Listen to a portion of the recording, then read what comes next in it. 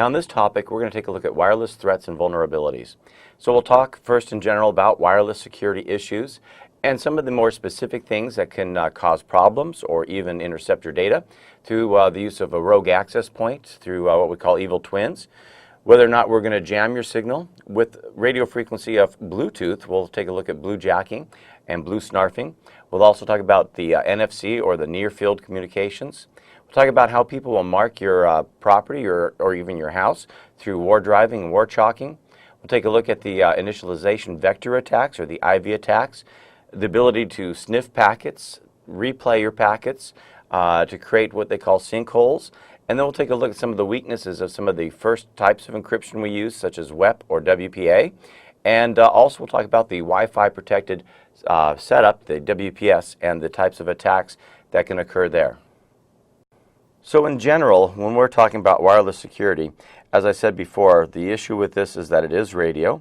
Most of us have or will use an omnidirectional antenna, which just simply means that the signal strength will continue to radiate, usually in almost a spheroid type of shape. The only thing to remember is that we usually are looking for this horizontal distance, so you don't have as much vertical distance, but that just means that anybody that's within range of this that has a radio, in other words a wireless card on their computer, would be able to listen to the communications. And remember, your average user also is radiating a radio frequency signal, which means that even though they may be trying to connect to a access point here in the center, this person's also radiating their signal, which does allow some people even further from the access point to still be able to hear some of the communications and to be able to eavesdrop or to cause jamming or so many of these other little issues that we're going to talk about.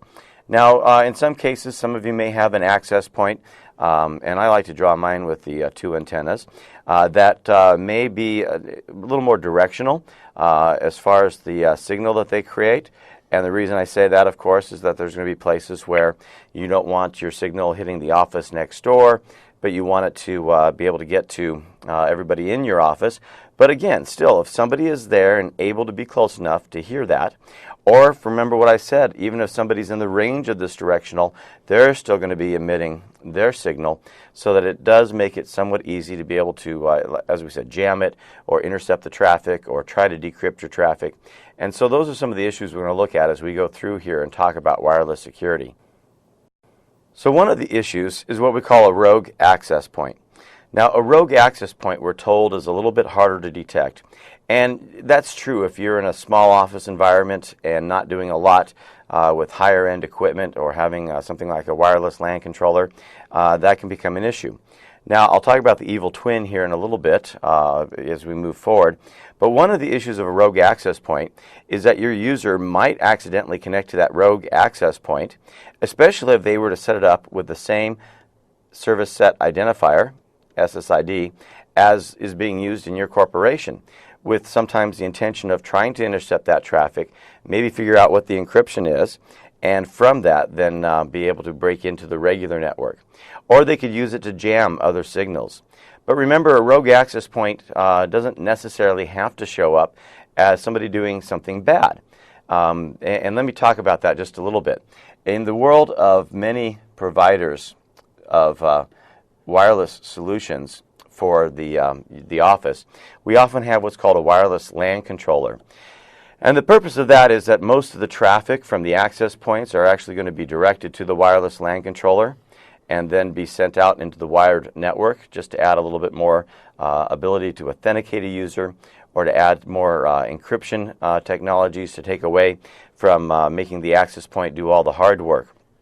And one of the things that a wireless LAN controller will do is actually periodically, every so many seconds or milliseconds actually, out of the time that it's transmitting, will listen for some other signal of a access point that doesn't belong in your network. And so in that case, it actually makes it very easy for you to be able to detect a rogue access point, because you'll hear that signal and then comes the problem. Is it doing something bad, or is it at the access point in the neighboring office that you just happen to be hearing? If it is something that's inside your network, the wireless LAN controller can actually tell if it is connected to your network. and can force, if you want, your legitimate access points to try to basically do a denial of service against the rogue to shut it down. In other words, to keep your legitimate clients from being able to authenticate with an access point that they shouldn't be doing. So there are, like I said, some solutions that make it easy to find them, easy to spot them. There's a lot of other cool things if you wanted to get into more Wi-Fi technology. Certainly encourage you to look at some of the other vendors to see what they can offer with these LAN controllers. Now, the evil twin is a type of rogue access point that was designed to do some bad things for you. And in fact, we could even use it as a part of a man-in-the-middle attack too. But here's the idea, is that let's say you're at your favorite coffee shop and they're offering free Wi-Fi, and the name of that coffee shop is D-Tech. And so somebody comes in there, could be coming in there with a tablet, with their smartphone set up as a hotspot, with their laptop set up as a hotspot, but they turn themselves into an access point and maybe make something that looks the same as far as the SSID, or even, makes one that looks close. The idea is that many of you who maybe use these hotspots as you go to the coffee shops or the airport or wherever you're going to go, probably have your Windows computer set to auto connect, right? So if you have this automatically connect to a Wi-Fi, and this sees this SSID that's part of that auto connect, and it's a stronger signal, then that means that this poor user over here, and we'll make them a little unhappy, is going to connect or associate with that evil twin, and then think that they're on their regular access point or hotspot, and in reality, it's going to send your data off to somebody who's going to try to use that against you. In fact, if they set it up right, they could have a login page. They could present you with a login page, like maybe that hotspot forgot who you are, and ask you to fill in the username and password, which of course that information is sent to them. And what are they going to do? Well, they can then use your account to come over here and maybe get free access or do something else with your legitimate login credentials. So it's something to be careful of, and like I just said, it doesn't have to be a full-fledged wireless router or wireless access point, whatever you'd like to call it. It can very easily be done through somebody with a smartphone or somebody with a laptop, a tablet. They just have to be in close enough proximity to be able to help your system see that the SSID is being advertised, that it has a stronger signal, and hoping that you'll connect to it instead of the legitimate one.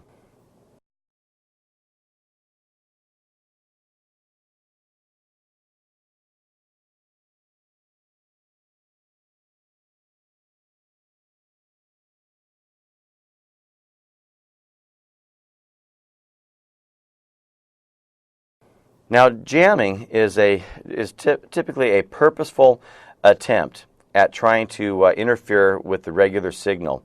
You got to remember that with wireless, almost all of them are going to operate at the 2.4 gigahertz range or the 5.0 gigahertz range.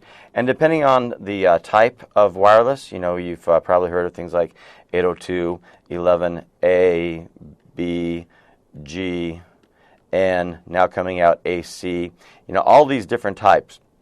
They all operate, like I said, within one of those two ranges. More of the newer ones are hitting the higher band range, but there's only so many channels.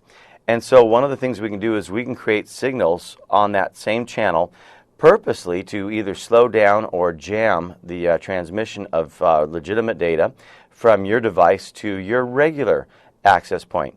In fact, some companies will sell like this little handheld thing that kind of looks like a walkie-talkie that'll have a lot of antennas on there.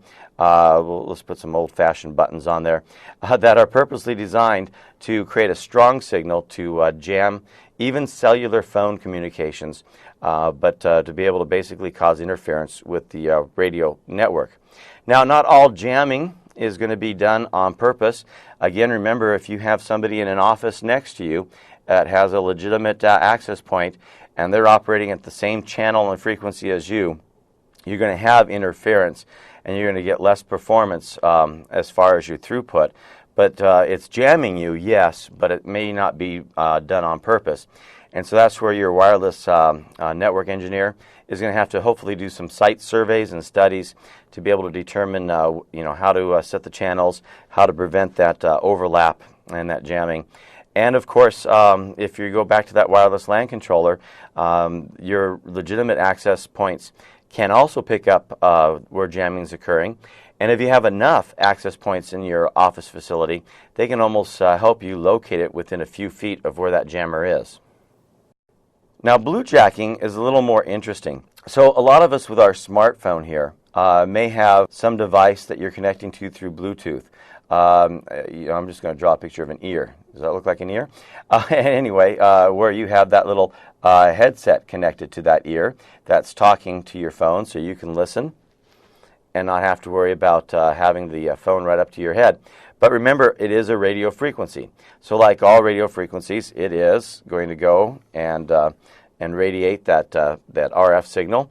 Now, with Bluetooth, it still is operating at the ISM band most of the time of 2.4 gigahertz. So, it's a standard. And anybody with a laptop that is Bluetooth enabled has a Bluetooth radio in it. If they're close enough, they could just intercept and listen to your signal. Or in some cases, and this was especially true in the early days of Bluetooth, they might try to associate, or what we called pairing, with your phone. And most of the time, the pairing code was just 4 zeros, so it was easy to guess.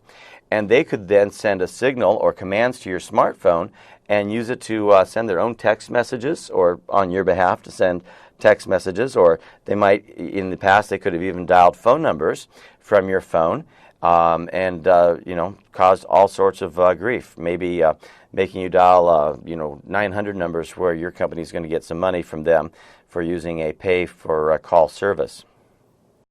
Now, blue snarfing is a little bit different.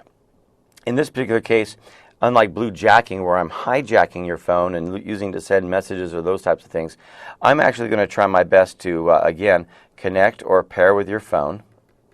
And from there, start taking files, pictures, phone numbers, contact lists, and sending them over to me. In other words, pulling data from your phone, going over to my phone. Now, we've seen, in recent years, a lot of issues with this, where you might have a reporter who is starting to steal these contacts and everything else from celebrities or from politicians, but that's what they're trying to do, is they're just using that Bluetooth to be able to gather information.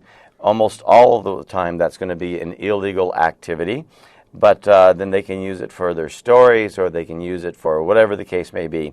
And remember, what's on your phone? Your life is on your phone. Let's just put life here, right? That's your photos, your contacts, your messages, text messages. All of that's fair game for somebody who's doing blue snarfing to take that information from you.